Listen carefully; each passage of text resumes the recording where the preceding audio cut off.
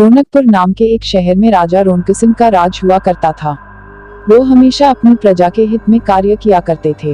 वहाँ की प्रजा बहुत खुश रहती थी। एक दिन गिद्ध आकाश में भूतिया पेड़ के बीज लेकर उड़ रहा था।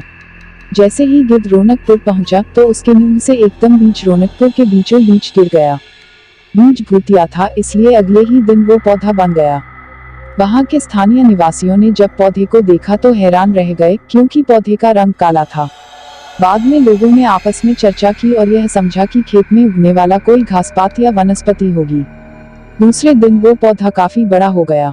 लोगों को और ज्यादा दुविधा हुई कि एक ही दिन में यह पौधा इतना बड़ा कैसे हो गया। होते होते वो पौधा तीसरे दिन पेड़ बन गया। समय बिता और लोग भी तेजी से बढ़ने वाले पौधे के बारे में सोच सोचकर परेशान हो रहे थे। वो इस मामले को राजा के पास लेकर गए। ऐसे जादुई पौधे का पता चलते ही राजा तुरंत उस जगह पर पहुंच गए। राजा को जैसे ही पता चला कि एक काले रंग का पौधा 3 दिन में पेड़ बना है, तो वो भी उस पेड़ को हैरानी से देखने लगे। राजा उस पेड़ के पास चौथे दिन पहुंचे थे और तब तक पेड़ और बड़ा हो चुका था।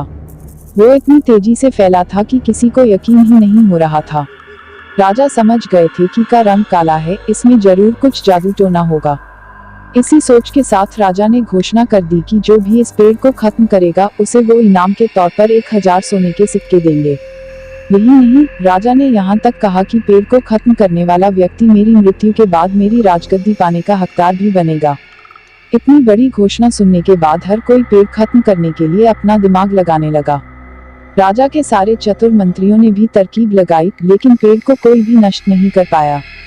किसी ने पेड़ के आसपास आग लगवाई तो एक मंत्री ने उस भूतिया पेड़ को हाथियों तक से खींचवाया, लेकिन पेड़ को कुछ भी न हुआ। अब लोगों के मन में डर बैठ गया और उन्हें लगा कि पक्का यह ऐसा वैसा नहीं, बल्कि भूतिया पेड़ है। तभी उस गांव के एक समझदार व्यक्ति को राजा की घोषणा का पता लगा।